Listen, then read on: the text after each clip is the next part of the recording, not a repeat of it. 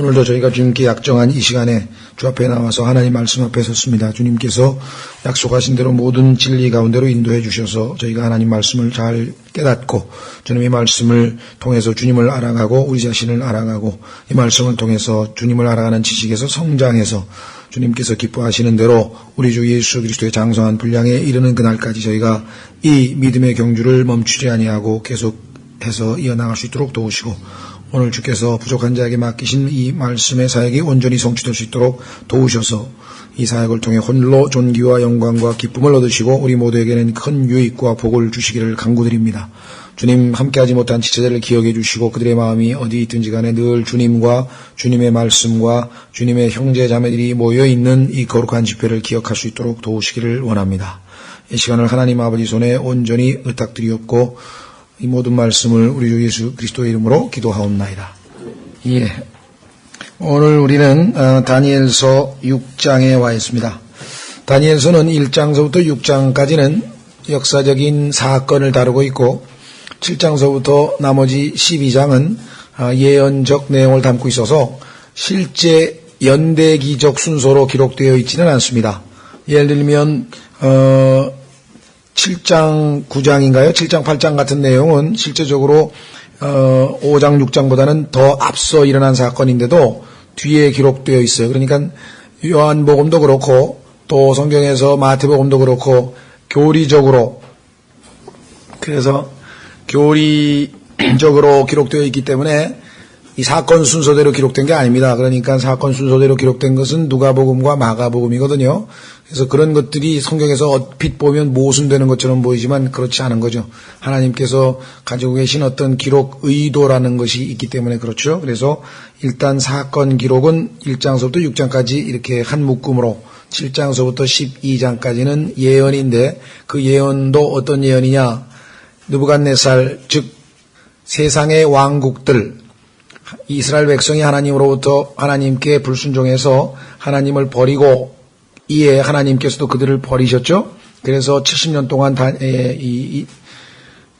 바벨론으로 포로로 잡혀가게 되었고 그때로부터 소위 말하는 하나님의 그 하늘의 왕국 이 땅에 소위 말하면 하늘의 왕국이라고 하는 것이 없어지고 사람들의 왕국 그것을 성경에서는 Kingdoms of the world 세상의 왕국들이라 이렇게 얘기했습니다. 그래서 세상의 왕국들로 대체가 됐는데 그때로부터 예수 그리스도께서 재림하시는 그때까지 이방인들이 이 세상을 지배하는 하나님의 하늘의 왕국의 주인인 유대인들이 하나님의 뜻을 저버렸기 때문에 이방인들이 하나님의 소위 말하면 도구로서 이 땅을 지배하는 그러한 그 이방인들의 역사를 이 다니엘서를 통해서 아주 정확하게 한 번, 두 번, 세 번 반복해서 네 번에 걸쳐서 하나님께서 보여주시는데 2장에서 우리는 형상을 봤고 3장에서는 4장에서는 나무를 봤고 또 오늘 지난번에 뭘 봤죠? 5장에서 벨사살의 그 바벨론 제국이 연회를 베풀다가 하나님 앞에서 멸망당하는 것을 보았고 이 모든 것은 예수 그리스도의 재림 때 적 그리스도가 예수 그리스도에 의해서 심판받고 결국은 바벨론이 멸망당하는 계시록 17장 18장과 깊은 연관이 있다고 이렇게 말씀을 드렸었습니다. 그래서 다니엘은 구약의 계시록이라 이렇게 알려진 것처럼 요한계시록과 항상 매치돼서 우리가 찾아볼 수 있다고 말씀을 드렸습니다. 다만 우리가 이 예언적인 내용들은 자세하게 지난번 이 다니엘서를 공부할 때 아주 오래전에 다니엘서를 공부할 때 아주 철저하게 예언적인 관점을 집중적으로 조명을 했기 때문에 이번에는 예언적 관점은 한 30% 정도만 간략하게 요약하고 주로 실제적으로 우리의 삶에 그리스도인의 삶에 영적으로 적용되는 쪽을 우리가 좀 초점을 맞춰서 공부를 하고 있다 이렇게 말씀을 드렸었죠.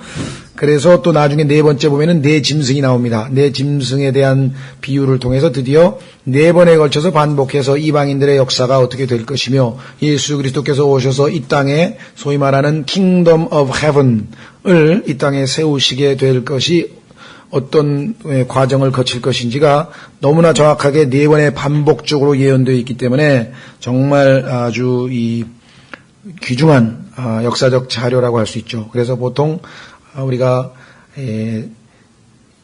다니엘서의 예언적 요소, 예언적 특징이 다니엘서를 이루는 핵심적인 내용이기는 하나, 어느 날 그 예언적인 특징에 대해서 사람들이 받아들이지 않으려고 하죠. 왜냐하면 다니엘서에 나와 있는 그 기록이 역사적으로 너무나 문자적으로 정확하게, 예를 들면 그리스라든가 그 다음에 로마라든가 또 페르시아라든가 이런 왕국들의 이름까지 정확하게 나와서 기록되어 있는 걸 보고, 이거 다니엘서는 그런 사건들이 다 일어난 다음에, 왜 예언이 성취됐다는 것을 차마 믿을 수 없으니까 그것이 다 성취된 다음에 뒤에 기록했다 해서 기록 연대서부터 많은 논란이 있다고 말씀을 드렸죠. 왜? 믿을 수 없다는 거죠. 어떻게 그렇게 이름까지 정확하게, 이름 국가의 이름뿐만 아니라 심지어는 150년, 160년 전에 그 왕의 코레스라고 하는 왕의 이름까지도 하나님께서 다 내가 너를 지명하여 쓰겠노라고 말씀을 하셨던 것을 보면 정말 이 하나님의 말씀을 대하는 태도가 너무나 참 불성실하고 불경스러운 것 같아요. 우리는 기록된 말씀을 그대로 믿기 때문에 이 예언이 얼마나 소중한 것인가에 대해서 우리는 잘 알고 있고, 그래서 이 다니엘에 있어서 제일 핵심적인 것은 예언적인 것이다, 이렇게 말씀을 드린 바가 있습니다. 그러나 우리가 또 현재 우리 그리스도인들에게도 이 다니엘서가 갖는 가치는 대단히 뛰어나다 했습니다.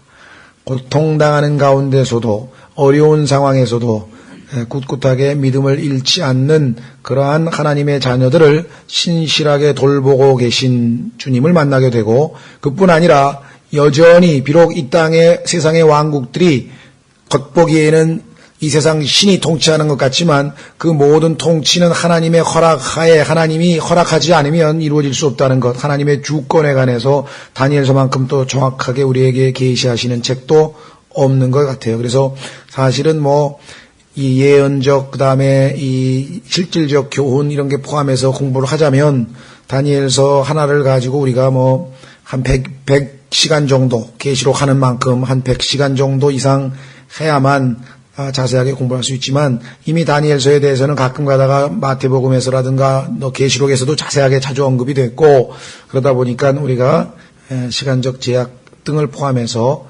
한 30여 시간 이렇게 해서 요약을 해서 공부를 하게 됩니다. 그래서 오늘 우리는 다니엘서 제6장에 와 있습니다. 오늘도 예언적으로는 다니엘은 첫째로 14만 4천 명 유대인들 가운데 남은 자들, 하나님께 신실한 자를 예표하고 그들을 궁극적으로는 구원하시는 하나님의 모습이 맨 마지막에 사자굴에서 사자의 입을 막으심으로 말미암아 구출되는 다니엘을 통해서 신실한 끝까지 믿음을 지키는 그러한 이스라엘 민족의 남은 자들의 모습을 마지막 때에서 우리가 미리 내다볼 수 있다는 것. 그렇죠? 그들은 계시록에서 남자와 더럽히지 아니한 동정들이라 그러죠. 죄송합니다. 남자가 아니라 여자. 그러니까 우리말로는 이게 virgin이라고 하면은 우리는 그냥 여자들이 결혼하지 않은 여자, 순결한 여자를 얘기해서 처녀라고 번역을 하는데, 그러나 그 처녀라고 하는 단어는 여자만 얘기하는 건 아니거든요. 예를 들면 우리가 살림 같은 데도 처녀림이라고 하는 말을 쓰는데, 그래서 계시록에서는 그것을 이제 동정이라고 했어요. 그러니까 남자든 여자든 한 번도 그대로 순결을 유지하고 있는 그러한 사람들을 virgin이라고 하니까 남녀에게 다 적용이 되죠. 근데 우리는 일반적으로 그냥 virgin 하면 여자만 생각을 했기 때문에 마태복음 25장에도 보면은 열처녀 비유할 때 처녀란 말을 썼잖아요. 그러나 그게 사실은 알고 보니까 5명이 14만 4천 명의 계시록의 14장에 나오는 virgin은 virgin인데 동정인 남자들에 대한 얘기였다는 거죠. 그래서 우리말의 한계 때문에 이 virgin이라는 단어가 때로는 오해를 불러일으킬 수 있다는 것을 좀 염두에 두셨으면 좋겠습니다. 그래서 바로 그들을 예표하고 있다는 것을 우리가 알 수 있고요. 그 14만 4천 명은 7장에 등장하는데 하나님께서 머리에다 다 도장을, 하나님의 인을 다 찍었기 때문에 여러분도 아시다시피 결국은 하늘에서 휴거된 모습으로 등장하고 결코 죽지 아니하죠. 그러니까 다니엘도 결코 그들을 예표하고 있다면 죽을 수가 없는 것이겠죠. 그렇죠? 예, 그래서 우리는 우리를 보호하시는 주님, 우리를 지키시는 주님에 대해서 성경을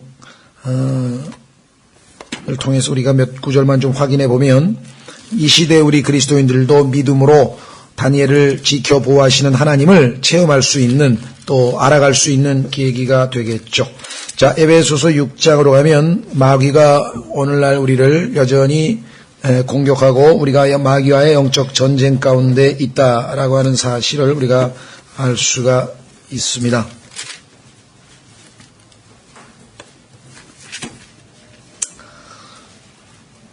여러분 잘 아시는 에베소서 6장 10절, 에베소서 6장 10절 끝으로 내 형제들아 주 안에서와 그분의 강력한 권능 안에서 강건한 자가 되라. 너희가 마귀의 간계들 등이 대적하며 서기 위해 하나님의 전신 갑주를 입으라. 우리는 살과 피와 맞붙어 싸우지 아니하고 정사들과 권능들과 이 세상 어둠의 치리자들과 높은 처소에 있는 영적 사악함과 맞붙어 싸우느니라.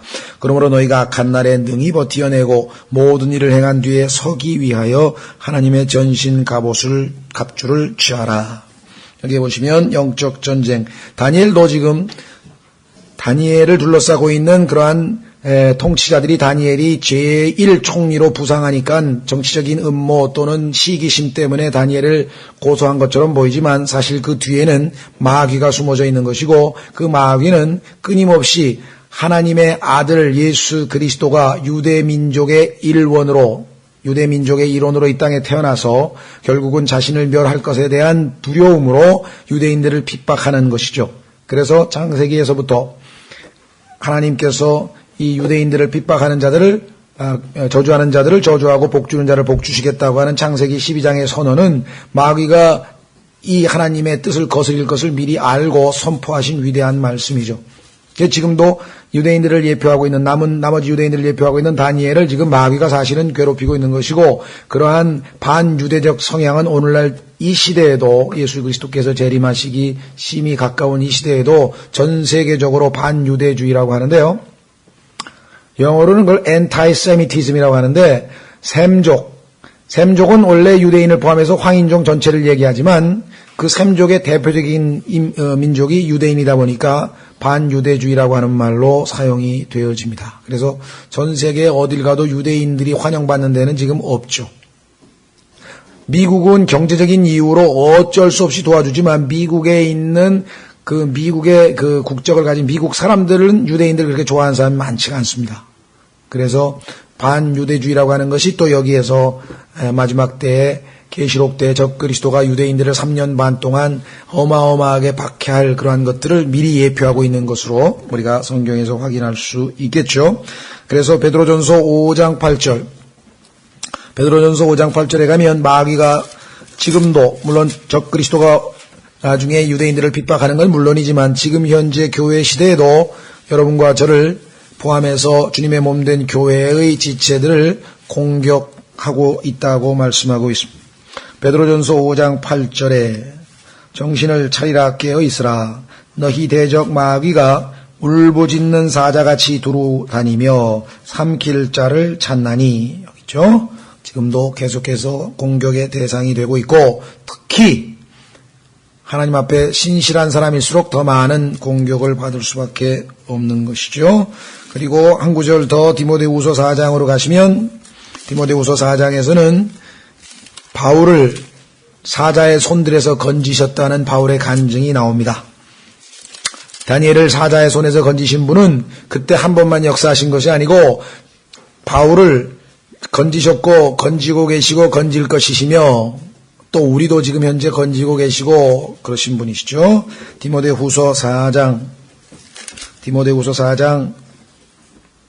17절, 디모데후서 4장 17절. 그럼에도 불구하고 주께서 나와 함께 하사 나를 강건하게 하셨으니 이것은 나로 말미암아 그 선포한 말씀이 온전히 알려져서 모든 이방인들이 듣게 하려 하심이라. 내가 사자의 입에서 구출되었느니라. 분명하게 보셨죠? 과거, 이제껏, 그 다음에 지금 현재도 주께서 나를 모든 악한 일에서 건져내시고, 지금 현재 바울의 상태, 또 미래에 대한 확신을 가지고 있죠. 또 자신의 하늘 왕국에 이르기까지, 여러분과 제가 하늘나라 셋째 하늘에 이르기까지 결코 마귀가 우리의 혼을 건드릴 수가 없습니다. 보존하시리니 그분께 영광이 영원 무궁토록 있기를 원하노라. 아멘. 그렇죠? 여러분과 저도 우리가 하늘나라에 이르기까지 마귀가 결코 우리를 어찌할 수 없는 것은 우리가 성령으로 인치심을 받은 하나님의 소유요, 하나님의 것이기 때문에 마귀가 결코 허락 없이 우리를 손댈 수가 없는 것이죠. 네. 그래서 우리는 다시 다니엘서로 돌아옵니다. 다니엘서로 돌아옵니다. 다니엘서 죄송합니다. 베드로전서 지금 디모데후서 찾았죠? 베드로전서 1장 5절에 결론적으로 우리를 보호하시는 주님에 대해서 성경에서 아주 간결하게 말씀하고 계십니다. 우리가 그 하나님의 보호하심을 느끼든 안 느끼든 의식하든 의식 안 하든 하나님께서 여러분과 저를 매일매일 보호하지 않으시면 저희는 언제 마귀의 밥이 될지, 언제 마귀가 옆에 지나가는 운전자에게 헷가닥하게 해가지고 우리를 들이받아서 죽게 할지, 언제 마귀가 지나가던 무슨 뭡니까 공사판에서 무슨 귀중기가 떨어져가지고 우리 머리를 덮쳐서 우리가 그냥 골로 갈지, 이건 모르는 거예요. 이제 하나님이 지금 지키고 보호하시기 때문에 우리가 하루하루 사는데 그걸 매일매일 감사하고 있는지는 모르겠어요. 그러나 하나님의 말씀을 우리가 정확하게 알면 그것마저 매 순간 하나님이 지키시지 않으면 우리는 어떻게 될지 모른다는 거죠. 우리가 매일매일 태양이 떠오르고 지고 해가 지고 해가 뜨는데 그거에 대해서 진정으로 하나님께 찬양을 돌리느냐? 많은 그리스도인이 아닙니다. 왜? 어차피 아침 됐으니까 해 뜨고 저녁 되니까 해지지. 그러나 창세기 보면은 하나님께서 이 땅이 존재하는 한 해가 뜨고 해가 지는 것을 멈추지 않게 하신다는 약속 때문에 지금 해가 뜨고 해가 지는 것이고, 그것이 멈추는 그날이 오게 되면 멈춰버린다고 성경에 약속되어 있어요. 그러니까 뭐든지 오토매틱으로 자동으로 되는 건 아무것도 없습니다. 지금 하나님께서 여러분과 저를 위해서 곡식도 자라게 하고 비도 오게 하고 모든 것을 주관하시는데 우리 그리스도인들이 그런 것에 대해서 감사치도 아니한다라고 성경에 얘기했대요. 그렇죠. 하나님은 지금 우리를 철저하게 모든 것을 provide, 제공하시고 모든 것을 책임지시고 모든 것을 우리를 지켜 보호하시고 하나님 편에서는 우리를 얼마나 사랑하시는지 그런 거는 당연한 것처럼 생각을 한다면 세상 사람들이야 당연한 것처럼 생각할지 모르죠. 모르니까. 그러나 그리스도인으로서 우리가 얼마만큼 그와 같은 것에 대해서 하나하나 세어가면서 하나님께 감사를 드렸는가 한번 생각하면 한참 된 것 같아요. 어느 날 갑자기 태양이 쫙 막 무지개가 피고 아주 막 비가 꽝꽝꽝꽝 하다가 그냥 이렇게 날이 쫙 해고 멋있으면 이게 저절로 되는 게 아니지. 그렇지. 이게 하나님이 다 주시는 일인데 어쩌다가 한번 느껴서 그냥 할렐루야 한 두 번 외치다가 이제 또 잊어버리고 또 살고. 그렇죠? 그러나 하나님은 매일매일 그걸 사실은 하나님이 우리를 위해서 하시기 때문에 감사해야 될 이유인 것이죠. 베드로전서 1장에 보시면 여러분과 제가 지금 보호받고 있다 그랬는데 보호받고 있다는 느낌이 없습니까? 예. 우리 신근이 엄마는 나보고 그러더라고요. 내 시집 와서 남자니까 남자가 내 옆에 있어서 좀 든든하다 그 정도였지 진실로 내가 여자로서 남자에게 보호받고 있다는 느낌을 들어본 적이 없어? 이러더라고. 황당해가지고 책임을 다하지 못했구나. 그러십니까? 원래 여자들이 아마 결혼하려고 할 때는 이게 보호 본능, 보호받고 싶은 마음이 많이 있는 모양이에요. 예. 그래서 아마 전혀 없다고는 말 못하지만 정말로 그런 거는 못 느꼈다는 얘기인데 글쎄요. 하여간 부부싸움 가문에 나온 그냥 즉흥적인 이야기로 그냥 해석하고 말았습니다. 저는 그럴 일은 없을 거다. 예. 근데 맞는 말이에요. 왜? 하나님이 보호하시지 무슨 남편은 약한 그릇이고 여자는 더 약한 그릇인데 약한 자들끼리 모여서 누굴 보호하고 말고 하겠어요. Mighty, Almighty God. 전능하신 하나님이 계신데 그분을 의지해야지. 욥의 아내처럼 그 소리를 들어야지. 어리석은 자여, 어리석은 여인이여. 욥이 그랬잖아요. 그죠? 여기 보시면 뭐라고 됐나요? 베드로전서 1장 5절에 너희는 마지막 때에 드러내려고 예비된 구원에 이르도록 믿음을 통해 하나님의 권능으로 보호받고 있느니라. 이거보다도 더 우리를 편안하게 해주는 게 뭐가 있겠습니까? 무슨 위험이 닥쳐도 하나님이 날 지금 보호하고 계신다 이게. 예? 자, 그래서 바로 이 다니엘서의 전체 교훈의 핵심은 하나님이 다니엘을 보호하셨다라는 것이 우리가 얻을 수 있는 영적인 교훈인데, 이제 뭐 자세하게 디테일하게 들어가면 뭐 셀 수도 없이 많은 교훈들이 나올 터인데, 우리가 시간 제약상 오늘 90분간에 걸쳐서 하여간 뭐 지금 벌써 몇 분 지났으니까요, 한번 할 때까지 해서 또 하나님이 기회를 주시면 공부를 해보도록 하죠. 1절, 다리오가 온 왕국을 다스릴 통치자 120명을 세워 왕국을 다스리는 것을 기뻐하더라. 다리오가 드디어 이제 바빌론을 물리치고 드디어 세계 제국을 차지했는데, 떡 보니까 야, 이거를 어떻게 이 넓은 왕국을 통치할까 하고 궁리하다가 나름대로 정치적인 수완을 발휘했는데, 예, 통치자를 120명을 세워가지고 2절, 또 그가 이들 위에 총리 셋을 두었는데, 그런데 이제 중간에 완충장치를 두는 거예요. 요 120명이 하나씩 왕한테 와가지고 쓸데없는 소리하고 대들고 뭐 골치 아프다 이거죠. 그러니까 요 세 사람을 상대할 3명의 총리를 또 장관 중간에 딱 뒀. 예, 우리로 치면 옛날에 이제 소위 말하면 그 의정부를 둔 거예요, 이게. 영의정, 좌의정, 우의정을 둬가지고 이 이조 판서 이런 사람들이 그냥 함부로 왕한테 그냥 대들지 못하게 중간에 딱 그 가로막이를 하나 둔 거예요. 이 세상 사람은 머리들 좋죠, 그렇죠? 예, 대통령 함부로 얘기 안 합니다. 꼭 대변인이 나서서 얘기하든지 아니면 뭐 하면 비서실장이 나서가지고 뭐 아니면 뭐 중간에 나서서 누가 하지, 대통령은 숨어 있어요, 항상. 왜? 보호받아야 되니까. 여기도 그렇게 나와 있네요. 그가 이들 위에 총리 셋을 두었는데 다니엘은 그 중에 첫째였으니 이것은 통치자들이 그들에게 보고하게 하여 왕에게 손해가 없게 하려 함이더라. 그러니까 성경을 아는 사람들은 이런 걸 다 빼다가 갖다 쓰잖아요. 오늘날도 보면 다. 그렇죠?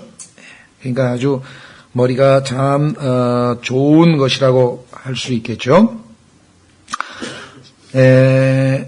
아주 정치적인 수완이 뛰어난 사람입니다. 이 넓은 왕국을 통치할 수 있는 방법은 자기 힘으로 뭐 그걸 또 어떻게 다 하겠어요. 관장을 못하죠. 쫙 해가지고 시스템을 세웠습니다. 이 세상은요, 만만한 게 아니에요. 이 세상 사람들도 보면 이 세상의 신인 마귀가 주는 지혜가 보통이 아닙니다, 지금. 그러니까 지금 인간이 정말 별의별 걸 다 하잖아요, 지금 뭐. 지금 여러분도 뭐 손에 다, 커뮤니케이션 할 수 있는 전화기 다 하나씩 들고 있는데요. 이런 세상이 올지를 누가 언제 알았겠어요? 근데 성경에 보면은 하나님께서는 이 하나님의 천사들을 통해서 늘 영적인 모든 커뮤니티, 이 땅에 일어난 모든 일을 하나님께서는 하늘에서 지금 다 보고 계신데, 마귀도 하나님이 주신 지혜가 있기 때문에 이게 뭐 어디까지 인간이 갈지는 정말 알지 못합니다. 자, 4절. 그때 총리들과 통치자들이 왕국에 관하여 다니엘을 고소할 기회를 찾고자 하되, 왜 그랬겠습니까? 2절에 나와 있죠. 왜 3명 중에 다니엘이 첫째냐 이거야. 저 굴러온 돌인데 말이야. 저 이방인 저쪽에도 유대에서 우리 지금 본토 사람도 아니고 말이지. 이게 저 어디서 와가지고 지금 아무리 똑똑하고 그래 뭐 저 느부갓네살 왕 때 뭐 좀 뭐 해석도 하고 좀 뛰어난 건 알지만 그래도 이제 보니까 나이가 지금 이때가 벌써 90이 다 됐는데, 아이 저 나이 먹은 사람 저거 왜 이러면서 지금 막 시기심이 생긴 거예요, 소위 말하면. 그렇죠? 그래가지고서는 기회를 찾고자 하되 어떻게든, 왜? 다니엘은 정직하고 다니엘은 신실하기 때문에 이 사람 때문에 뭘 해먹을 수가 없어, 도대체. 꽉 막힌 놈이 하나 위에 있어가지고 좀 어떻게 이 총리쯤 되면 뭐 이게 떡고물도 좀 생기고 뭐가 이게 많이 들어와야 되는데 이 사람 때문에 이게 뭐 해먹을 수가 없어, 도대체. 그렇죠. 하여간 뭐 여러분들이 이 세상 돌아가는 모습을 한번 상상을 해보면 다니엘이 얼마나 이들에게는 눈에 가시 같았겠는가 라고 한번 생각해 보십시오. 그래가지고 고소할 기회를 찾고자 하되 어떤 기회나 허물도 찾지 못하였더라. 이런 간증을 지닌 훌륭한 그리스도인들이 이 땅에 많으면 너무나 좋겠는데요. 뒤져보니까 이게 도대체 뭐 흠잡을 때가 있어야지. 신실에다가 믿음도 좋지, 그 다음에 뭐 잘못도 하나도 없지, 뭐 속된 말로 털어서 먼지 안 나는 놈 없다 그러는데 아무리 털어도 이게 먼지가 안 나오네. 정말 하나님 앞에 이렇게 살 수 있는 사람이 있을까? 하나님도 3명의 의인을 꼽을 때 다니엘, 욥, 그 다음에 누구였나요? 노아, 다니엘, 욥, 이 3사람은 의롭다고 하나님이 말씀하셨는데, 구약적 의미에서, 우리 신약적인 의미에서의 뭐 의인이 하나도 없다는 그런 의미가 아니라 구약적 관점에서 봤을 때 하나님께서 인정할 정도의 의인이라는 사실, 이거 보통이 아니겠죠. 참 대단한 인물인 것 같아요. 신실하였으며 실수나 허물도 찾아볼 수 없었더라. 그러니까 신실하여서요, 실수, 허물 뭐 어떻게 찾아볼 도리가 없어. 훌륭한 간증을 지녀서요, 야, 과연 하나님 믿는 사람 다르다 이렇게 하면서 칭찬만 했으니까 얼마나 이 하나님께 영광을 돌렸겠습니까? 그렇죠? 예. 자, 그래서 우리도 그리스도인으로서 정말 이런 간증을 하나님께 돌려드리는 그런 교훈을 우리가 얻을 수 있겠죠. 5절, 그때 이 사람들이 이제 우리가 다니엘의 하나님의 율법에 관하여 그를 고소할 기회를 찾지 못하면 그를 고소할 기회를 찾지 못하리라. 이 사람은 딴 건 없어. 한 가지뿐이 없다 이게야. 골수 여호와파니까 그저 여호와 믿는 거 그거 하나 어떻게 잘 해야 되는데 그거를 하나 걸고 넘어져야 되겠는데 어떻게 하면 될까? 이에 총리들과 통치자들이 함께 모여 왕에게 나와 그에게 이같이 이르되 다리오 왕이여 영원토록 사시옵소서. 이들의 머리는 비상하게 돌아갑니다. 왜? 마귀가 성경에 보니까요, the perfection, 그러니까 이 seal of perfection, 그 완전함의 인이라 그래서 이 하나님이 주신 보통 지혜를 가지고 있는 자가 아니에요, 이 마귀가. 오죽하면 예수님께서 예사 얘기하기를 비둘기처럼 순결하고 뱀처럼 지혜로우라 했겠어요. 뱀이 얼마나 지혜로웠으면은 뱀처럼 지혜로우라 그랬겠어요, 그렇죠? 보통 아주 꾀를 부리는 게 아닙니다. 그래가지고 딱 보니까 한 가지밖에 없다 이게. 그러면은 어떻게 머리를 써야 되느냐? 우리나라도 보니까요, 사극, 우리나라의 옛날 이조 시대의 그 사극이나 뭐 고려시 사극 보니까 정말 머리 잘 쓰더라고. 막 술수를 막 얼마나 부리는지 그게 진짜인지 가짜인지 모르겠는데 보다 보면 혀를 내들어. 야, 저렇게 해가지고서는 술수를 부리나 막 이렇게 되는데 이 사람들도 딱 보니까 이 종교 문제밖에는 없는데 이 종교 문제는 한 가지밖에 없다. 이게 이 다리오에게 살살 부추겨가지고 당신은 인간이 아니고 신이 아니냐. 그러니까 오직 경배는 당신만 받아야지 다른 어떤 신에게도 절하지 못하게 하자. 그러면 다니엘은 믿음이 좋으니까 여전히 여호와께 경배할 거 아니냐. 요걸 잡아놓으면 됐다. 요걸 딱 끄집어낸 거예요. 그렇죠? 예. 그래서 세상 사람들에게 못 당합니다. 우리가 이런 일에는. 그래서 7절에 왕국의 모든 총리들과 총독들과 통치자들과 조언자들과 대장들이 함께 의논하여 왕의 법규를 세우고 확고한 칙령을 정하였나이다. 사실은 모든 총리는 아니죠. 다니엘은 쏙 뺐어요. 마치 다니엘도 동의한 것처럼. 이거 아주 이걸 아주 교환한 거죠. 그러니까 왕은 모든 총리가 그러니까 그럼 다니엘은 제일 잘 믿는데 다니엘도 동의한 거면 뭐 하고 그냥 속아 넘어가 버렸어요. 왕이여 그것은 곧 누구든지 30일 동안 왕 외에 어떤 신에게나 사람에게 청혼하는 자는 사자굴에 던져 넣으리라는 것이니이다. 왕이여 이제 칙령을 세우시고 그 조서에 도장을 찍어 메대 사람들과 페르시아 사람들의 법 곧 바뀌지 않는 법에 따라 그것을 바꾸지 못하게 하옵소서 하니 그런 까닭에 다리오 왕이 그 조서와 칙령의 도장을 찍으니라. 자, 이 메데 페르시아라고 하는 나라의 특징은 왕이 어떤 법령에 딱 직인을 찍으면 그걸로 끝에 이제 못 바꿔요. 왕도 못 바꿔 이제. 그걸 노린 거예요. 그런데 이 사람도 다리오도 당시에 보면 막 바벨론을 접수했기 때문에 어떻게든 이 국가가 안정되려면은 그렇죠. 바벨론 사람들이 다리오에 대한 어떤 이 두려움이 있어야 될 거 아니에요. 그렇죠? 그러니까 신격화하면은 이 바벨론 제국에 그나마 이제 옛 왕국에 속했던 사람들도 뭔가 두려워서 어떤 그 다리오에 대한 어떤 이 권위를 인정하게 될 거라는 거죠. 그러니까 자기도 정치적으로 필요한데 더더군다나 교만함이 있다냐, 그죠? 프라이드를 살살 부추긴 거. 당신 같은 사람이 어디 있냐? 신이 돼야지 어떻게 인간밖에 안 되냐? 이렇게 해서 부추기니까 다리오는 육신적인 그 마음에 교만함도 살살 부추겨줬는데다가 자기도 정치적으로 필요하니까 이거 뭐 두말할 것도 없다. 이렇게 좋은 아이디어가 어디냐? 이가 도장 꽝 그냥 찍어버린 거예요. 나중에는 속았다는 것을 알았죠. 참. 그래서 성경에 보니까 한 사람 얘기 갖고 들어서는 안 되는데 우리가 여럿을 들어보고 참 우리를 참모들 대화를 의논 상대가 많아야 된다고 자문에 말씀을 했는데 그냥 조금 신중한 왕 같으면 그러면 제1총리 대표되는 다니엘을 좀 불러라. 다니엘하고 하면 독대해서 한번 의견을 물어보겠다. 이동만 나왔어도 얘기가 달라졌을 텐데 성급하게 그냥 내가 신이 된다고 30일 동안 이거 웬일이야 이랬겠죠. 뭐 여러분들이 아담의 속성을 다 가지고 계시니까 상상을 해보면 충분히 이해가 되실 거예요.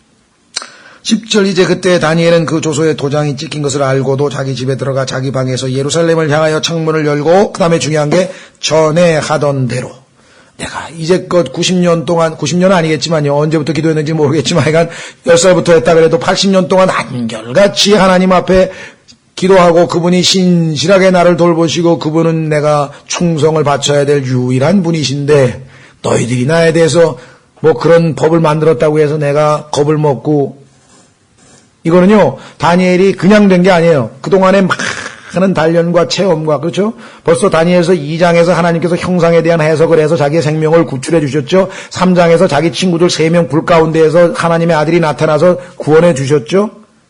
4장에서 자기가 꿈 해석해가지고 그 짐승이 된 왕이 또 하나님에 대해서 두려움을 가졌죠. 그렇죠. 이런 경험들을 쭉 보니까 뭐 하나님은 점점 더 믿으실 만한 분이니까 이 다니엘이 지금 영적인 성숙에 와 있는데 절대 흔들릴 사람이 아니죠. 꿰뚫었을 거예요. 그래 너희들이 또 마귀가 또 우는 사자처럼 또 뭔가 하는가 보나. 그러나 정상대로 뭐 숨기고 뭐 창문 닫고 뭐 정보원 보냈으면 어떡하나 뭐 없어요. 하나님에 대한 신뢰밖에 없어. 똑같아. 참 대단하죠. 소망이 있는 것 같아요. 아, 우리도 글쎄 80까지 살지 90까지 살지 그건 날 모르겠지만 하여간 하나님께서 작품을 만들면 완성시키시는가 보다. 이게 완성된 모습 아닙니까? 하나님과 동행했을 때 하나님이 빚어낸 다니엘의 모습 속에서 야 언젠가 우리도 이렇게 돼야 되는데 놀랍습니다. 전에 하던 대로 구조 거룩한 습관 예루살렘을 향하여 이것은요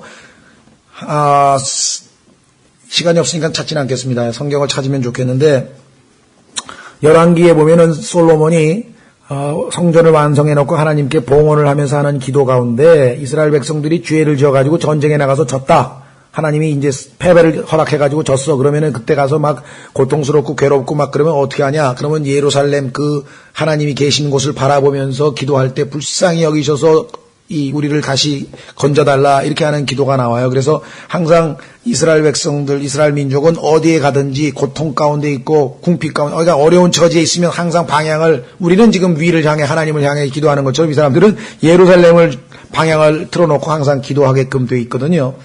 그게 그들의 규례고 율법이거든요.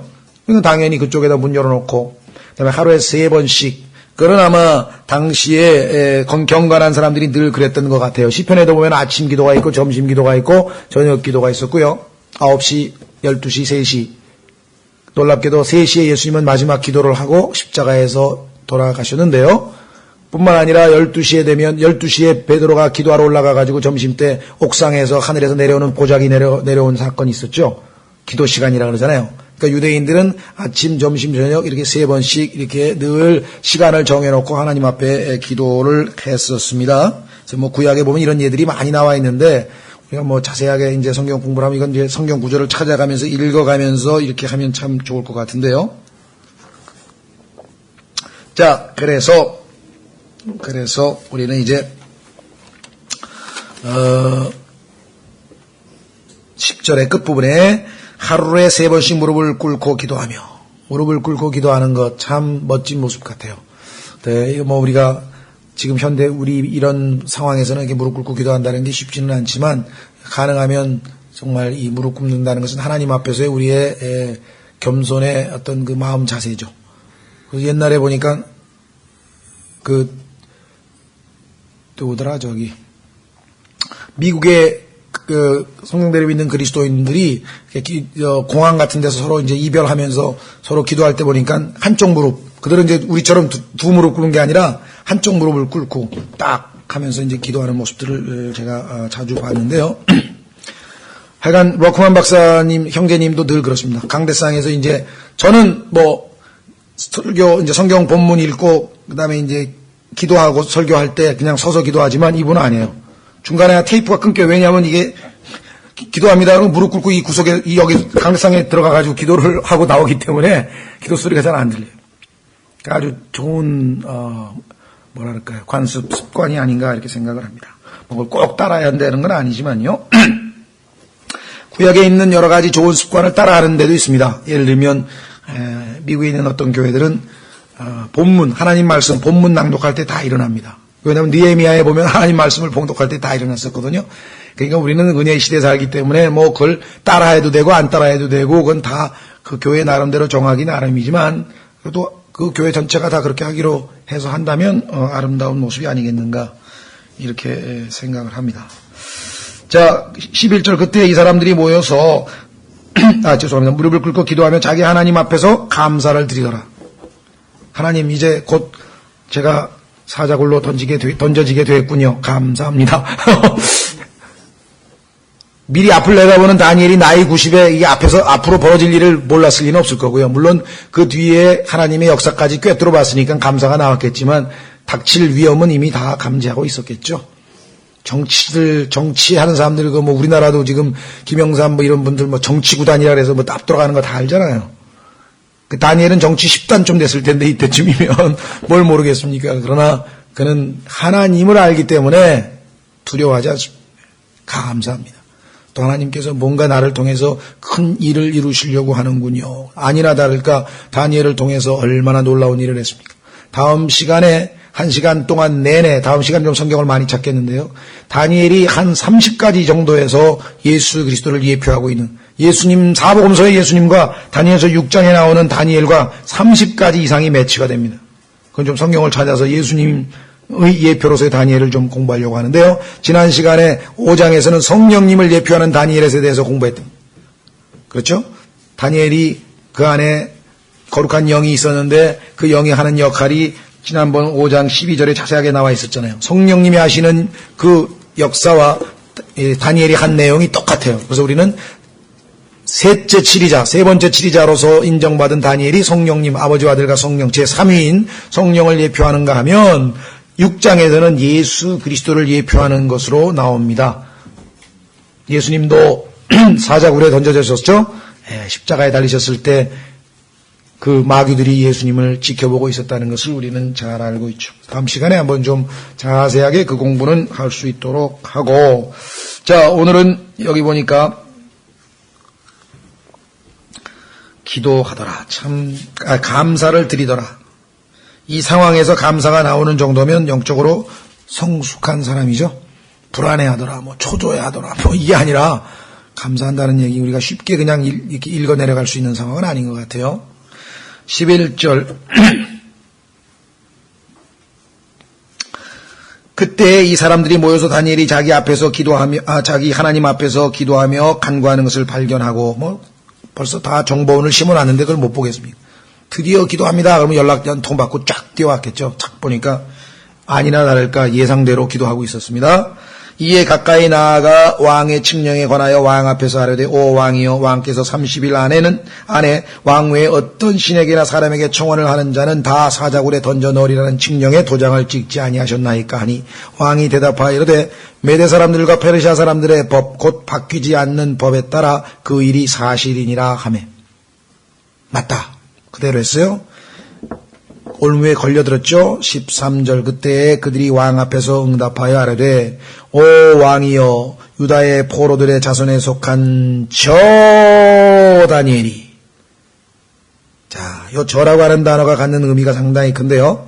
자, 하나님은 다니엘서 6장 3절에서 이 다니엘이라 그랬어요. 이 다니엘 3장 6장 3절에 보면은 이 다니엘이 총리들과 통치자들보다 앞섰으니 그래서 이 다니엘이라고 했을 때는 여기서는 긍정적으로 쓰인 것입니다. 그러나 13절에 나와서 저 다니엘 그러면요. 이거 우리말로 제가 좀 여러분들이 이해하기 쉽도록 조금 속어를 사용하면은 저작자예요. 저작자가 말입니다. 여러분 저놈이 말입니다. 그러니까 이 저라고 하는 말이 갖는 의미는 영어에 that 하면은 이게 굉장히 아주 네거티브한 말입니다. 여기서 뉘앙스가 있어요. 그래도 그렇죠. 저작자, 저놈, 저치, 그냥 저자가 들어가면 벌써 격렬하고 유다에서 온 저 포로놈 말이지. 저놈 이렇게 되는 거예요, 지금. 예?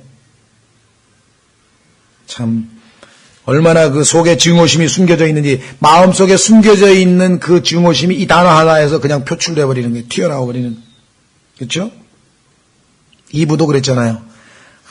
하나님께서 그냥 먹지도 말고 만지지도 말라 그랬는데 언제 만지지 말라 그랬나요? 속에 지금 불만이 가득 차 있는 게 하나님 앞에. 아니 왜 못 만지게 하는 거냐? 왜 먹지 못하게 했냐? 그리고 왜 나는 없는 데서 아담한테만 그냥 그 얘기를 하셔가지고 직접적으로 나는 못 듣고 간접적으로 들어가지고 왜 이렇게 그래가지고 속에 그 하나님을 향한 불만이 그냥 바깥으로 표출된 거 아닙니까?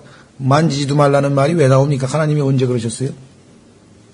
그러니까 단어 하나가요, 사람의 속에 있는 심리 상태를 쫙 보여주는 거예요. 예? 참, 말이라는 게 대단한 능력, 것이 아닐 수가 없죠. 자, 그래서 저 다니엘이 왕과 왕이 도장을 찍은 그 칙령을 중히 여기지 아니하고 하루에 3번씩 청원하나이다 하니,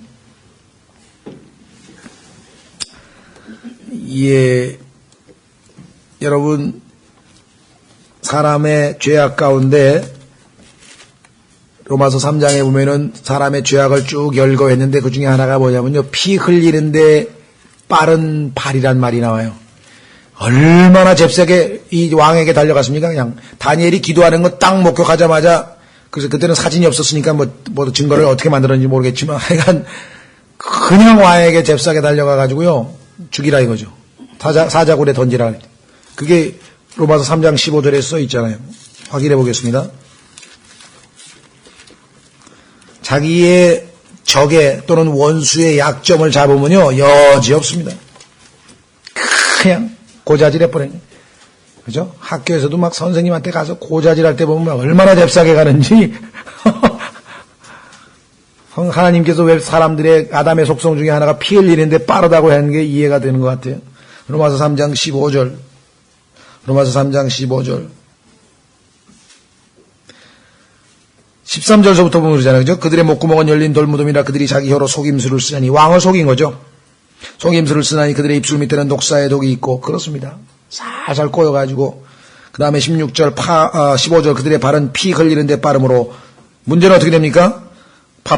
파멸과 고통이 그들의 길에 있어 그들의 화평의 길을 알지 못하였고, 16, 17절은요, 오늘 공부 끝부분에 가면은 이들이 사자굴 속에 던져가지고, 멸문지화, 그냥 자기 부인하고 아내들까지 몽창, 머리가 잘못하면 뭐 몸도 고생하는 거죠. 그렇죠? 이거 가장이 지금 잘못해가지고 지금 왕창 다, 오늘 조선일보를 보니까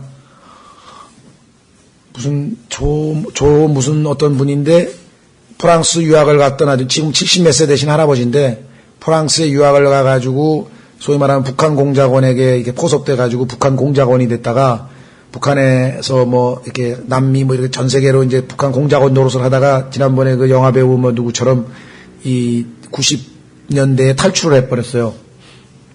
탈출해서 우리나라에 들어와가지고 지금 무슨 도자기 뭐 굽는 할아버지 한 분이 계신데 하여간 자기 아들들은 다 지금 뭐 북한에 있는데 나는 북한 공작원이었다라고 하는 것을 실토한 그 아주 유학생 출신의 그 사람이 있었더라고요. 자기 한 사람 때문에 아내와 자녀들이 한꺼번에 다 그 파리에서 유학을 하고 그렇게 아주 부잣집에서 아주 명문 가문에 있었던 사람이 거기서 포섭돼가지고 가족 다 데리고 북한으로 들어가는 순간 북한에 도착한 다음날 속았구나 그걸 느꼈으니 그 나머지 인생이 얼마나 고통스러웠겠는가. 뭐 부인이 엉엉 울었다 그러더라고요. 둘째 날 북한에 들어가자마자. 오늘 그 조선일보의 Y라고 하는 프로그램 거기에 아주 인터뷰 이렇게 좀 괜찮은 게 나와서 이렇게 보니까 인생살이가 참 그 사람만큼 또 파란만장한 사람도 없겠다는 생각이 들더라고요. 어쨌거나 하여간 피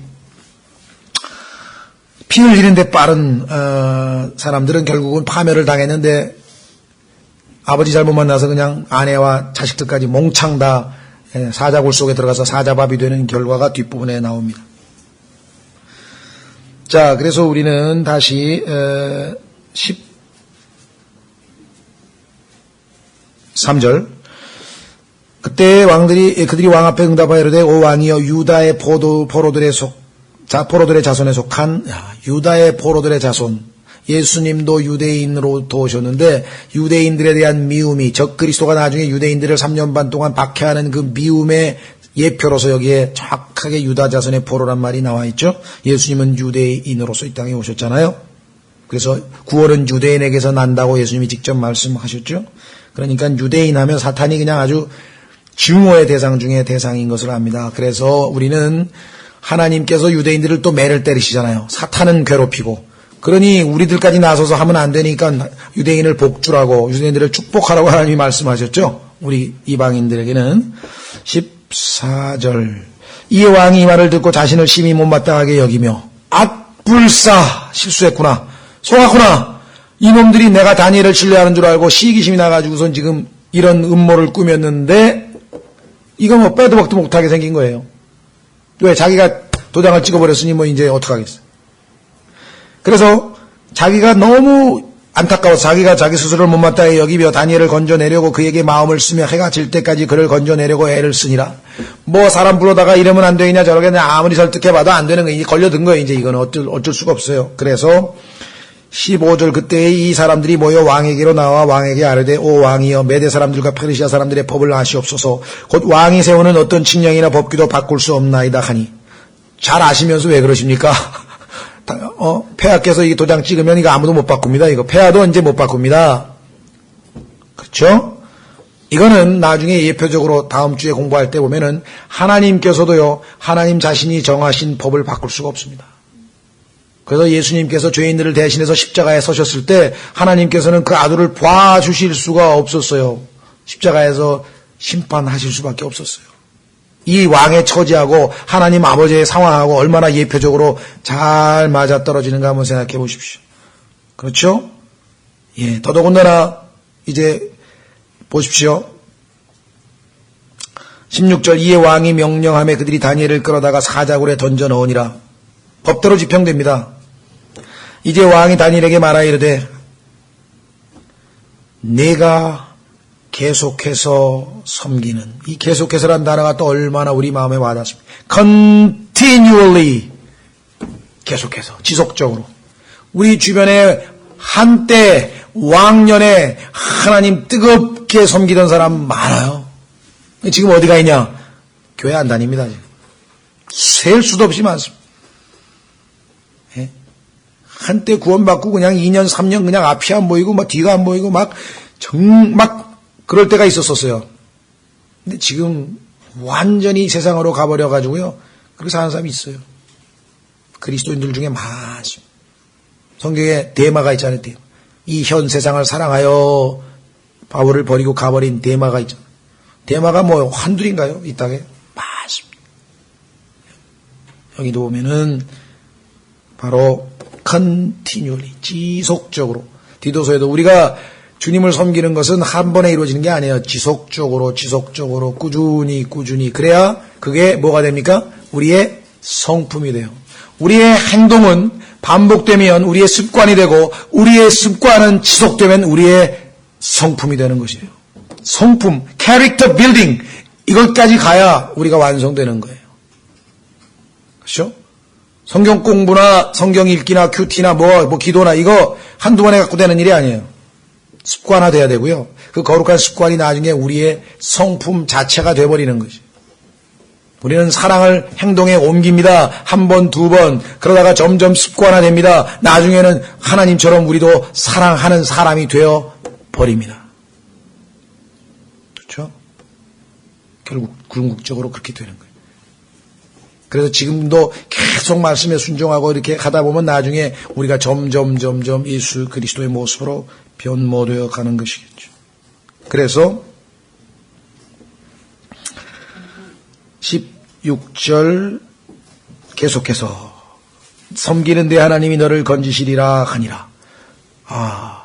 이 왕도 상당한 믿음이 있죠. 예. 이 왕도 과거의 경험에 의하면은 하나님이 어떤 분인지 조금 알아요. 예, 알기는 아는데 영접을 안 해서 문제가 17절 사람들이 돌을 가져다가 그 굴의 어귀에 두고 왕이 자기 자신의 도장과 자기 영주들의 도장으로 그 굴의 봉인을 쳤으니 빌라도가 돌 가져다가 막 거기다 도장 찍은 거하고 얼마나 유사합니까? 예수님과 비교해보면 내일 한번 성경 찾아보면 그렇구나.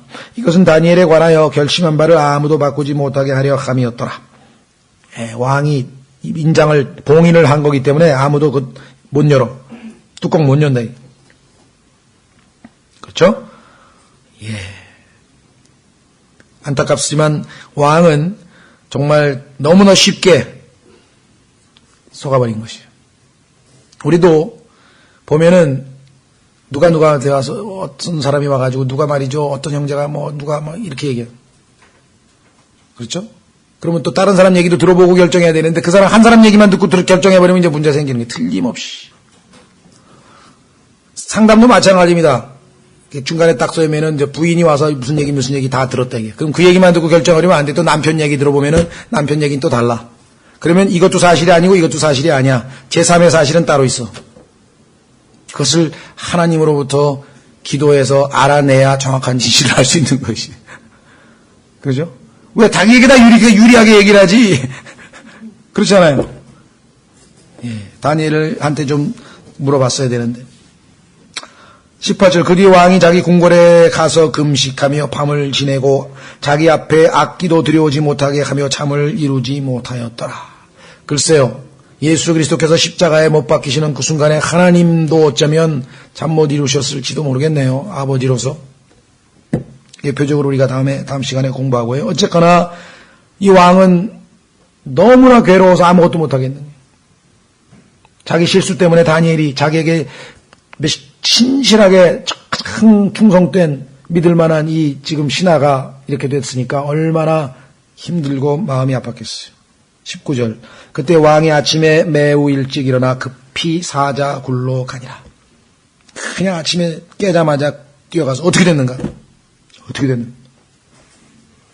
왕이 굴에 이르러서는 슬픈 목소리로 다니엘에게 소리를 지르며 다니엘에게 말하 이르되 오 살아계시는 하나님의 종 다니엘아. 하나님 살아계신 거는 알고 있는 모양에 계속해서 살아계시는 하나님의 종 다니엘아. 내가 계속해서 섬기는. 다니엘은요. 이 왕이 봤을 때 그저 즉흥적으로 기분 날 때 좀 섬기고 말고가 아니야. 지속적으로 섬기는 사람이란 걸 알아요. 신실한 사람이란 것을 알죠. 그래서 계속해서 이 단어가 이 왕의 입에서 나오는 거죠. 계속해서. 섬기는 내 하나님이 사자들에게서 능히 너를 건져내셨느냐? 과연 전능하신 하나님이시냐? 이렇게 질문했을 때 다니엘의 고백. 그때 다니엘이 왕에게 이르되 오 왕이여 영원토록 사시옵소서. 내 하나님께서 자신의 천사를 보내사 사자들의 입을 막으셨으므로 사자들이 나를 해치지 못하였사오니 이는 내 무죄가 그분 앞에 드러났기 때문이니이다. 또 왕이여 내 앞에서도 내가 아무 해도 끼치지 아니하였나이다 하니라. 그렇죠? 아하. 여러분과 제가 사람들이 당신의 하나님이 정말 당신에게 그렇게 전능하신 하나님이냐 했을 때 우리가 담대히 답변할 수 있느냐 이 말. 우리 하나님은 그런 분이시다. 그렇죠? 우리가 어떤 처지에 있었을 때 어떻게 우리를 건져내셨는가 우리가 담대하게 답변할 수 있는 그런 것이 되어야 되겠죠. 여기서 가장 놀라운 거는요. 다니엘이 21절에 일단 왕에게 그렇죠? 이 사회의 어떤 그 예의라든가 이 사회의 어떤 규범이라든가 이런 걸 어기지 않습니다. 오 왕이여 영원토록 사시옵소서. 또 영적으로 막 너무 지나치게 의인인 사람은 어디 하나님께 먼저 영광을 안 돌리고 그냥 왕에게 이따위 그냥 아첨을 하냐고 막 또 흥분하는 사람이 있는데 전혀 그게 아닙니다. 지금 이 사회에서 우리가 이 땅에 살면요 하나님께서 이 사람에게 왕 하나님이 시키신 거예요. 모든 권세는 하나님으로부터 오는 거 아니에요. 인정하고 하는 거예요. 이건 정중한 거고 예의 바른 거고 간증을 지키기 위해서 본이 되는 거지 전혀 아주 그냥 앞뒤가 안 보이는 사람들이 있어요. 그래가지고 그냥 그렇습니까? 예, 과거에 어떤 분도 그런 얘기 자기가 미국에 가가지고 피터 라크만한테 전화가 걸어서 헬로 브라더 라크만 그랬더니 라크만 박사가 메리 크리스마스 그랬다는 거예요. 그러니까 말이야 당신이 바이블 빌리버냐고 막 해가지고 자기가 꾸짖었다는 거예요. 아니 미국 사람들이 우리나라에서 설날 때 새해 복 많이 받으세요 그러면 다 완전히 우상 숭배자가 되는 거네. 그렇습니까? 그 사람들은 seasons greetings예요. 그냥 살니까 그 나라의 그 기독교 국가의 문화예요. 이런 걸 성경에서 지나치게 의인이 되지 말라고 하는 거예요. 그냥 자기 의지.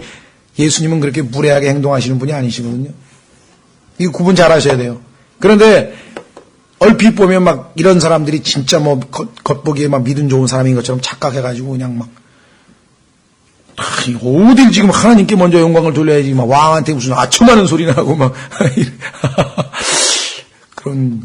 글쎄요, 우리도 한때 과거에 좀 그러지 않았나 모르겠네요. 그러니까 워낙 좀 나쁜, 환경이 별로 안 좋은 데서 배워가지고.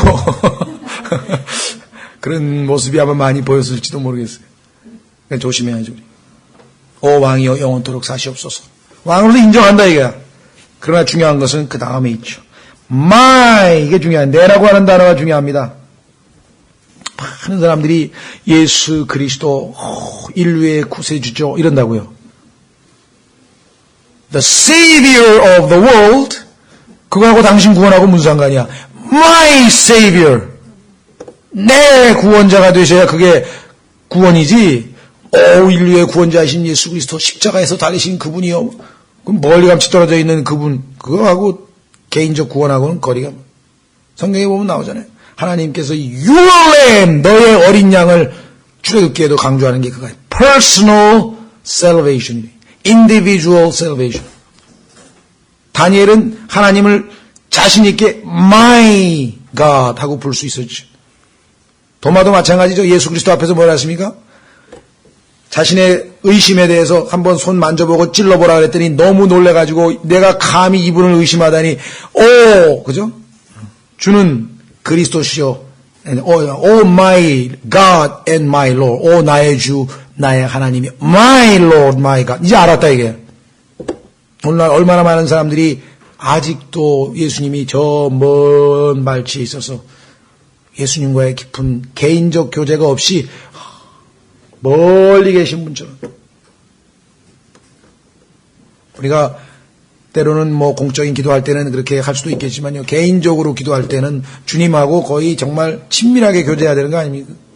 우리가 또 저기에서 해서는 안 되죠. 우리가 좀 방자하게 행동하거나 막 가볍게 하나님 앞에 나가나 안 되지만 괴로울 때는 주님 정말 너무 괴롭습니다. 이래야지.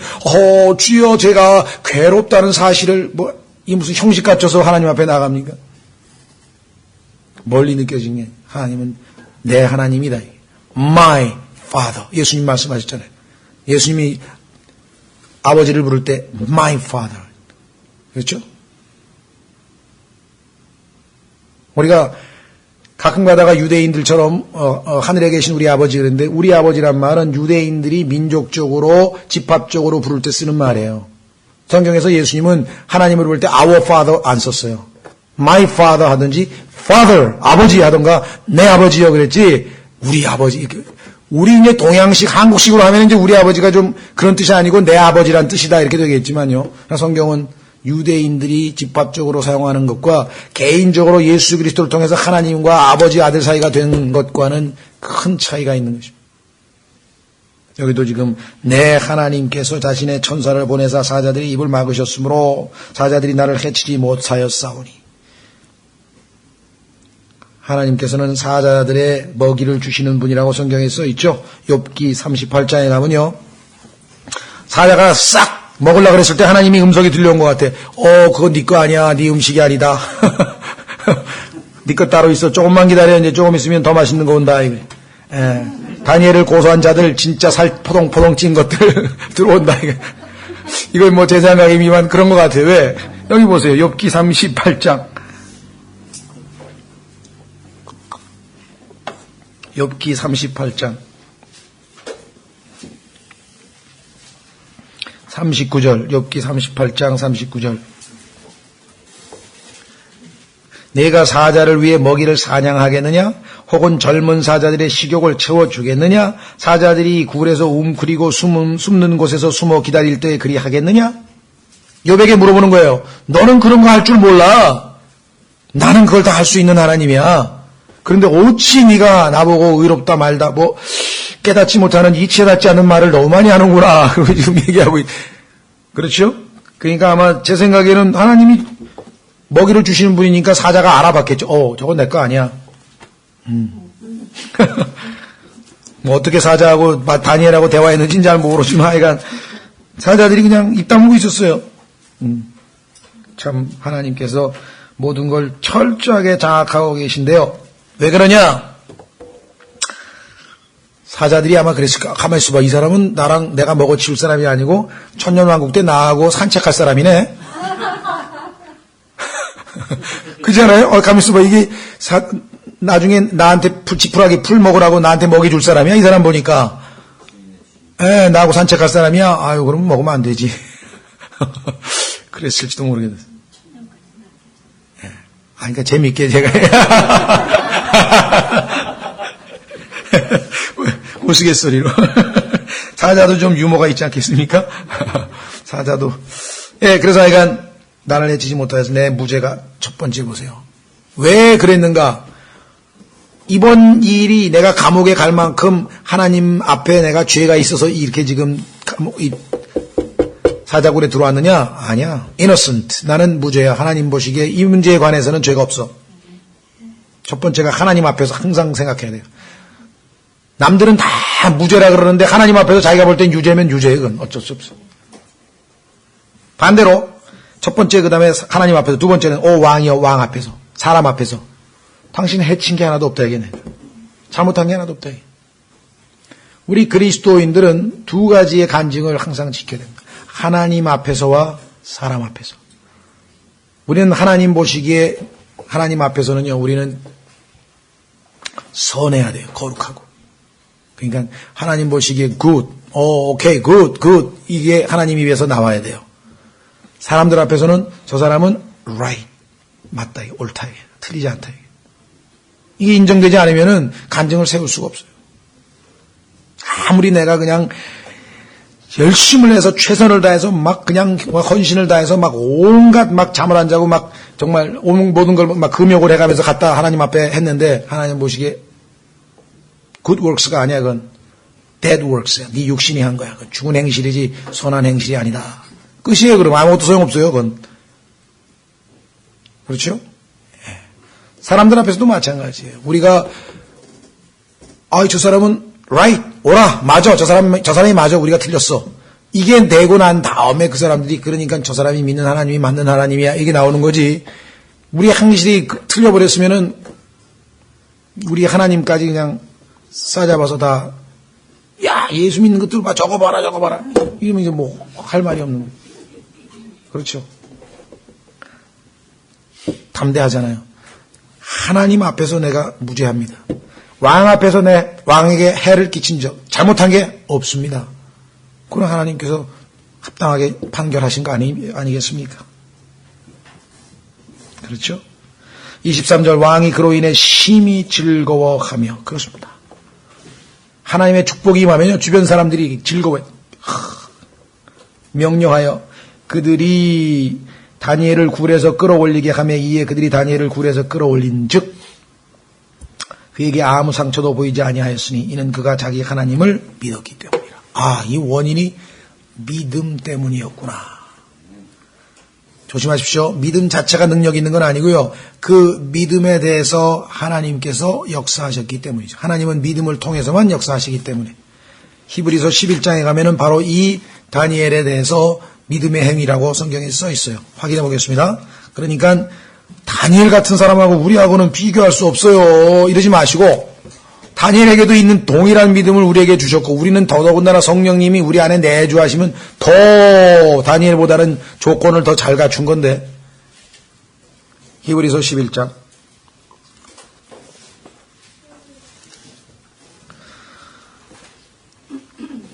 히브리서 11장 32절에 가면요. 믿음의 선진들의 명부를 쭉 하다가 시간이 없으니까 더 어떻게 이 얘기를 하겠느냐 하면서 줄이는 마무리를 짓죠. 32절 내가 무슨 말을 더하리요. 지금까지 예를 든 것만 해도 충분히 너희가 하나님께서는 믿음이 없으면 하나님을 기쁘시게 할 수 없다는 것, 하나님께 부지런히 하나님을 찾는 자에게는 하나님이 보상하신다는 것 입증이 되지 않았느냐. 그 히브리서 11장 6절에 얘기했던 그 선언이 이 구약의 모든 사람들의 예를 들어서 봤을 때 다 입증되지 않았느냐. 더 이상 예를 들자면 셀 수도 없이 많으니 요한복음에도 그랬죠. 예수님이 하신 일을 더 이상 어떻게 다 열거하냐. 바닷물 이 세상에 있는 모든 책이 바다만큼 있어도 다 채울 수가 없으니 이렇게 됐죠. 어떤 분들도 그런 얘기를 예수님에 대해서 질문합니다. 또 답변해 줍니다. 그래도 안 믿어요. 왜? 다 알아야 믿는데 그럼 못 믿는 거지. 예. 증거가 확실한 몇 가지만 알면 발로 믿고 그 다음부터 알아가야지. 요거 묻고 저거 묻고 다 답변 그건 뭐 예. 그런 사람은 안 믿겠다고 작정한 거예요. 그렇죠? 예수님 믿고 이렇게 증거가 있으니 믿고 혼자 기도하면서 더 많이 알려달라 그러셔야지. 예. 계속 완악한 마음으로 더 증거를 요구했다가는 이제 하나님이 부르셔도 응답 안 하면 이제 당신만 손해야. 그렇죠? 예. 그런 분이 있어요. 어떻게 1년이 가서 2년이 가서 아직도 알아보는 중이래. 언제까지 알아볼? 히브리서 11장 32절 기드온과 바락과 삼손과 입다와 또 다윗과 사무엘과 대언자들에 관하여 말하려면 내게 시간이 부족하리로다. 그들이 믿음을 통해 왕국들을 정복하기도 하며 의를 이루기도 하며 약속하신 것들을 얻기도 하며 그 다음에 여기 나와 있네요. 다니엘에 대한 얘기가 명백하네요. 사자들의 입을 막기도 하며 맹렬한 불을 끄기도 하며 등등등등 하면서 쭉. 근데 다니엘의 입을 막기도 했는데 이게 믿음을 통해라고 33절에 해석이 나와 있잖아요. 오늘 다니엘서에도 분명하게 믿음, 하나님을 믿었기 때문에 상처 없이 깨끗하게 보호받았다고 성경에 써 있죠. 믿음. 참 존귀한 말씀이네요.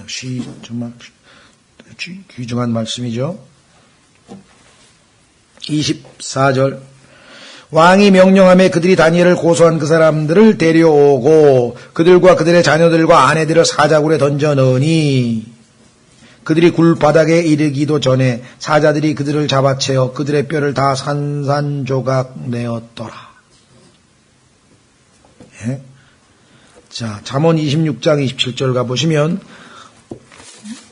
그들이 한 짓에 대한 하나님의 보응이 정확하게 기록되어져 있습니다. 잠언 26장 27절.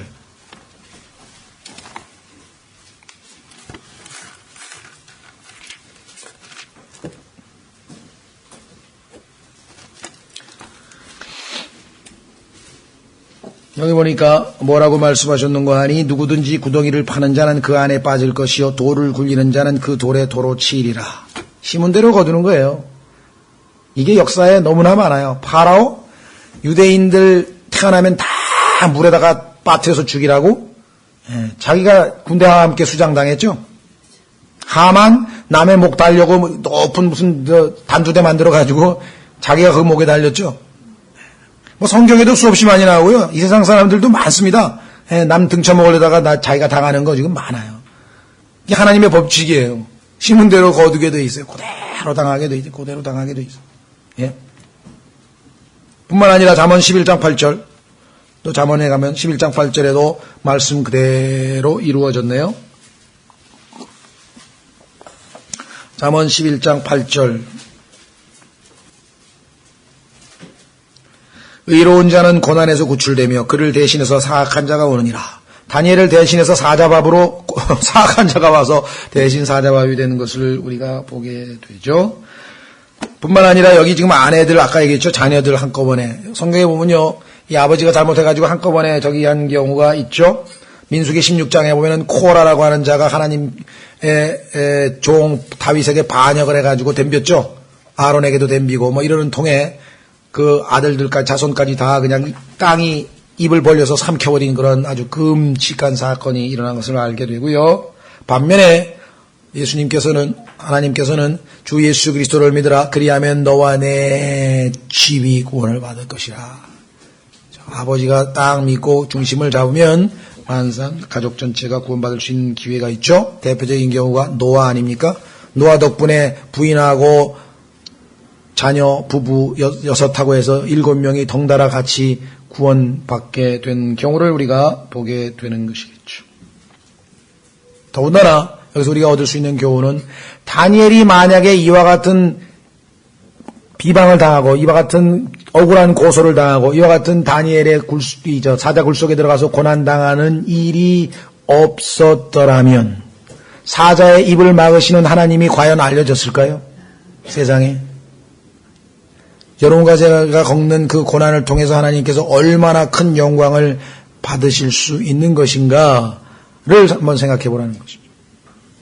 그렇죠?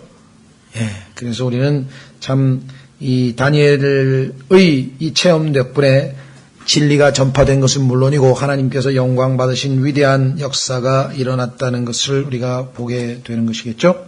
예. 25절. 그때 다리오 왕이 온 땅에 거하는 모든 백성들과 민족들과 언어들에게 조서를 써서 이르되 너희에게 평강이 많이 있을지어다 하면서 이 왕이 그동안에 다니엘의 하나님에 대해서 많이는 알고 있었지만 이렇게 직접적으로 놀랍게 체험한 적은 없었다는 거죠. 그래서 하나님께 더 크게 영광을 돌리지 않습니까? 26절. 내가 한 칙령을 내리노니 내 왕국의 모든 통치하에 있는 사람들은 내 부하들 내 신하들은 다니엘의 하나님 앞에서 떨며 두려워할지니라. 내가 보니까 그분 앞에 가면 떨며 두려워해야 할 그러한 놀라우신 분이시더라. 그분은 살아계시는 하나님이시며 영원토록 변하지 아니하실 분이시며 그분의 왕국은 멸망하지 아니하고 그분의 통치는 끝에까지 이르리로다. 이방인들의 입에서 이와 같은 고백이 나오게 하시는 하나님이 얼마나 놀랍습니까? 이방인들이 하나님께 영광을 돌리고 있잖아요, 지금.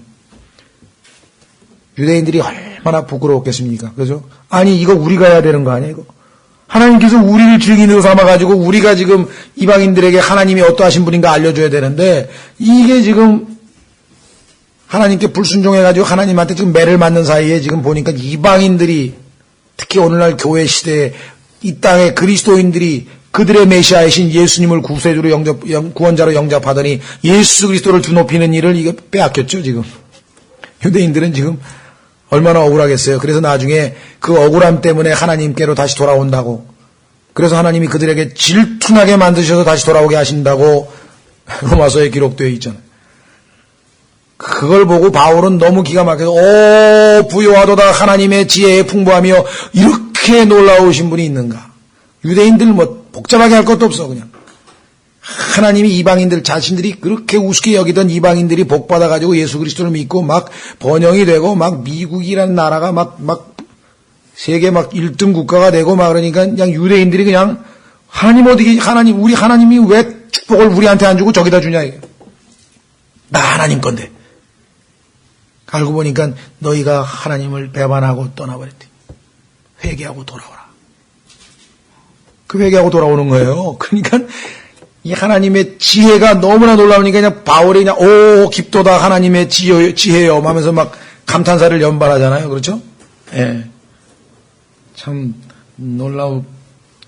더더군다나 27절에 그분은 건져내시기도 하며 구출하시기도 하며 이 다니엘을 보니까 참 놀라우십니다. 하늘에서와 땅에서 표적들과 이적들을 행하시나니 그분께서 다니엘을 사자들의 권세에서 건져내셨도다 하였더라. 이방인들이 인정할 수밖에 없다 이게. 예, 이와 같이 이 다니엘이 다리오의 통치와 페르시아 사람 고레스의 통치 때에 형통하였더라. 보면은요.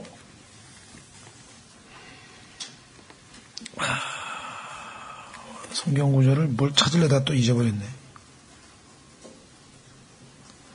사자들의 권세에서 건져내셨도다. 예. 하나님이 머릿속으로 스쳐갈 때 빨리 이걸 기억을 해야 되는데 순간적으로 싹 지나가면 무슨 성경 구절 뭘 찾으려고 신약을 폈다가 없어져 버렸네요. 아주 죄송합니다. 자, 어쨌거나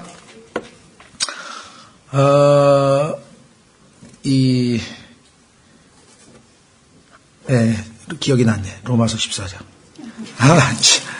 네, 죄송합니다. 그 말씀은 꼭 찾아보라는 뜻인 줄 알겠습니다. 하나님이 보통 한번 잊어버리면 생각이 안 나거든요. 생각이 난 거 보면 하나님이 이게 중요한 구절이기 때문에 진짜 요즘에는 은혜로 이 설교도 하고 성경 공부도 가르치는 것 같아요. 옛날에는 기억력이 좋을 때는 뭐 성경 구절이 그냥 머릿속으로 푹 지나가는데 지금은 금방 했다. 어디였지? 막 아침에 일어나가지고 내 차가 주차되는 것을 한 번에 찾은 적이 한 번도 없어요. 요즘엔. 금년 1월부터는 여기지 하고 딱 없어. 가만 있어봐. 기억할 때도 어제 이렇게 들어와서 이렇게 갔다가 여기 없어서 저기 밑으로 내려갔구나. 또 2층에 가봐. 거기 있는 거예요. 그러니까 두 번을 찾으면 굉장히 잘하는 거고 거기도 없으면 가만 있어. 이게 어떻게 된 거야. 그래 다시 또 아이고 참. 그러니까 성경 구절도 지금 막 로마서 14장 17절. 예, 여기 막 6학년 두 계시고 7학년 두 계신데 제가 지금 젊어서 근데 하나님이 저를 낮추시려고 그러는 것 같아. 그냥 너무 네가 기억력 좋다고 폼 잡지 말라 그러시는 거 아닌가 싶은 생각.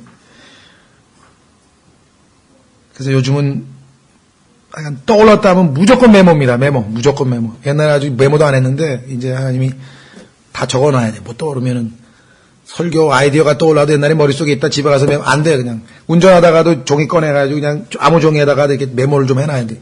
그래야 나중에 이게 그 얘기였지. 이러고 이제 뭐가 좀 연결되거든요. 근데 진짜 감사해요. 이게 망가져가는데 감사함이 생기더라니까요. 그럼 그렇지. 하나님을 의지하고 살아야 되는 거구나. 로마서 14장에 보시면 이런 말씀이 있습니다. 17절에 하나님의 왕국은 먹는 것과 마시는 것이 아니요 오직 성령님 안에서 의와 화평과 기쁨이니라. 사실 옛날에는 저희가 이 구절까지만 좋아했어요. 그래가지고 하나님의 왕국을 성경에서 명확하게 정의 내려주고 있구나. 먹는 것 마시는 것 그러니까 눈에 보이는 것 지금 이런 외형적인 것 아니고 하나님의 왕국은 속에 있는 거니까 보이지 않는 거니까 영적인 거니까 거듭나면 들어가는 왕국이니까 그렇죠? 그래서 성령 안에서 예수님 덕분에 내가 의롭게 됐지? 그렇잖아요. 예수님 때문에 내가 칭의를 얻었잖아. 그러고 나니까 내 마음에 어떤 일이 생겼습니까? 화평이 생겼어. 이게 로마서 5장 1절에 똑같이 나오잖아요. 너희가 믿음으로 말미암아 의롭게 되었으니 하나님과 화평을 누리는도다. 그렇죠? Peace with God. 그러고 났더니 안에서 기쁨이 솟아나는 거예요. 그래서 이 순서가 이게 복음을 아는 사람은요. 내가 하나님의 왕국에 속해 있구나. 그래. 하나님의 왕국이 내 안에 있는 게 확실해. 예수님 덕분에 의롭게 됐더니 항상 정죄감, 지옥에 갈 수 있는 두려움이 없고 마음이 평안하고 하나님께서 나 같은 자에게 이와 같은 일을 해주셨다니 기쁘지 않으냐 수 없다. 막 감격에 넘치게 되는 것이죠. 근데 이것이 구원받을 때 한순간에 일어나는 게 아니에요.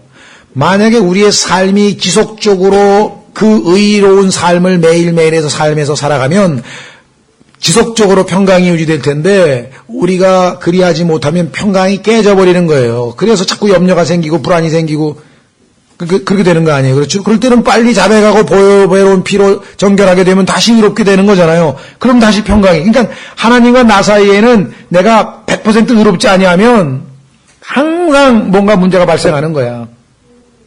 그렇죠? 근데 18절에 보니까요. 놀라운 은혜로운 말씀이 있어요. 이것들 안에서 즉 의와 화평과 기쁨 안에서 그리스도를 섬기는 자는 하나님께서 받아주시며 놀랍죠? 하나님께서 선하시고 받아주시고 완전하신 하나님의 뜻을 입증하라 그랬는데 하나님께서 받아주신다. 뿐이 아니에요. 사람들에게 인정을 받느니라. 자, 이거 조심하셔야 됩니다. 그러면 뭐 예수 믿는 사람이 박해받고 경건하게 살려고 하는 사람은 다 박해받고 고난을 당하고 그렇게 여태껏 가르쳐놓고 이제 와서 뭐 조심하셔야 돼요. 여기서 그 사람들이 우리를 좋아한다든가 우리들에게 뭐 잘해준다든가 뭐 우리들에게 무슨 뭐 인기를 뭐 어쩌고 그게 아니고 속으로 못마땅하고 다니엘도 지금 못마땅하죠. 그렇죠? 싫어 미워 그래도 인정할 건 인정해. 어쩔 수 없어. 저 사람은 틀린 게 없다 이게. 빌라도도 저 사람은 죄가 없다 이게. 내가 보니까 니들이 아무리 고소해봐도 빌라도가 뭐 그 유대인 뭐 예수님이 이뻐서 그랬겠습니까? 계속 골치 아프게 문제만 일으키는 사람이고 그랬는데 인정할 건 인정한다 이게. 이거예요. 뒤에서 숨어서도요. 그냥 앞에서 막 욕을 하고 뭐 비방하고 막 예수 믿는 것들 어쩌고저쩌고 하더라도요. 나중에 가서 저놈은 좀 아닌 것 같아. 제대로 된 것 같아. 내 교회 다니는 사람 다 엉터리인데 저 사람 하나 제대로. 그죠? 왜? 여기 나왔죠. 하나님의 의가 우리 안에서 역사하고 있고 그것이 우리의 마음의 평강을 사람이 마음의 평안이 하나님의 평안이 임하면요 사람들이 얼굴서부터 달라요. 전에 보면 뭔가 지나는 것 같고 뭐가 이상해. 저 사람 어떻게 저렇게 마음이 편하게 보이지? 저거 이상하네. 이렇게 돼. 그 다음에 뭐가 저렇게 기쁜 거야 도대체? 뭐 있어? 뭐 아무것도 없는데 보니까 가지고 있는 게 아무것도 없는데 내가 훨씬 더 저 사람보다 모든 여건이 뛰어난데 난 지금 이 짜증이 여기까지 나가지고 지금 화딱지가 나고 막 사는 게 지금 재미도 없고 막 허무하고 막 그러고 있는데 저 사람 뭐야 저게 도대체? 그렇죠? 예. 기분은 나쁘지만 인정할 건 인정한다. 예. 바로 다니엘이 이 비방을 받고 사람들에게 그냥 질시를 받으면서도 인정할 건 인정한다. 어쩔 수가 없다. 왕도 인정하고 다 인정했다. 이게. 그래서 하나님께서 받으신 것이 바로 28절에 형통한 것으로 묘사되어 있습니다.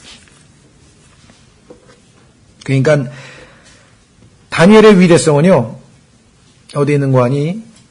그는 노예로 끌려온 사람입니다. 포로로 잡혀왔어요. 그 다음에 모르겠어요. 우리나라 조선시대처럼 거세를 당했는지 안 당했는지 모르면 일단 하여간 이 내시로서 하여간 지금 왕궁에 있는 거예요. 그렇죠? 부모님들도 죽었는지 안 죽었는지 잘 몰라. 하여간 모든 불행을 자기에게 가져다 준 나라가 이 나라들이에요. 그 상황에서도 그는 꾸준히 하나님 앞에 기도해서 믿음을 지키고 하나님께서 복 주셔서 총리가 돼서도 문제는 그 총리가 되어서 그렇죠? 이스라엘 백성이 여수르니 배부르자 살찌고 배부르자 너희가 나를 버렸도다 하고 하나님이 하셨는데 그래서 이스라엘이 하나님 앞에 진노를 산 건데 다니엘은 여전히 컨티뉴얼리 여전히 겸손하고 여전히 예의 바르고 왕 앞에서도 지난번에도 여전히 담대 왕에게 나에게 그 많은 나라에서 제3위의 무슨 높은 지위를 주신다 그랬는데 선물도 주신다 그랬는데 다 안 주셔도 됩니다. 그건 왕이 다른 사람들 주십시오. 겸손하게 그러면서 그래도 그거 안 주셔도 내가 내 임무를 다하겠습니다. 하나님이 나에게 주신 대로 왕에게 이 벽에다가 쓴 하나님이 쓰신 글자를 다 해석해 드리겠습니다. 그렇게 얘기하는 거죠. 그러면서 왕이 왜 이런 일을 당했는지 겸손치 못하고 하나님 앞에 교만했던 왕의 할아버지 그 모습을 다 보고 하나님이 그러하신 분이심을 알면서도 또 이렇게 교만하게 이 모든 것을 우상숭배를 하고 하나님의 성전에 있는 그릇을 가져다가 신성모독하며 술을 마시고 잔치를 벌이고 우상숭배 노릇을 했으니 하나님의 진노가 임하는 것은 당연한 것 아닙니까? 할 말은 다 해요. 겸손하게. 보통 놀라운 게 아니에요. 하나님을 두려워하는 자의 전형적인 모습이 아닐 수가 없습니다. 그러니까 항상 우리의 신앙생활에 있어서 가장 중요한 것은 하나님 앞에서의 우리의 마음의 자세지 하나님 앞에 내가 무엇을 가지고 있느냐 안 가지고 있는가 중요한 게 아니에요. What we have가 중요한 게 아니고 what we are before God. 하나님 앞에 우리가 어떤 사람이냐 마음이 하나님 앞에 겸손한 사람이냐 아니냐 이것이 바로 신앙생활의 관건이라고 하는 것이죠. 잘 나가다가 우리가 교만해서 하나님으로부터 하나님이 우리를 돌보지 않는 경우가 자주 있고 그런 교훈을 받으면서 우리가 점점 내가 마음이 하나님 앞에 올바르지 않을 때에는 하나님께서 나를 도우실 수 없고 복을 주실 수 없구나라고 하는 것을 우리가 배우게 되죠. 그래서 오늘은 여기까지 영적인 교훈들을 중심으로 해서 살펴봤고요. 예언적 교훈들에 대해서는 앞에서 짧게 좀 말씀을 드렸고 다음 시간에는 이 다니엘서 6장과 사복음서를 비교하면서 약 30여 가지 정도의 예수 그리스도의 모습을 다니엘에서 예표적으로 우리가 찾아내도록 하겠습니다. 그러니까 다니엘서를 기록하신 분이 사복음서를 기록하신 동일한 분이라는 것을 성경을 통해서 입증할 수 있는 성경의 아주 이 영감성을 입증할 수 있는 아주 귀한 공부가 될 것 같습니다. 다음 시간에 6장을 한번 그런 관점에서 다시 한번 조명해 보도록 하겠습니다. 여기까지 하겠습니다.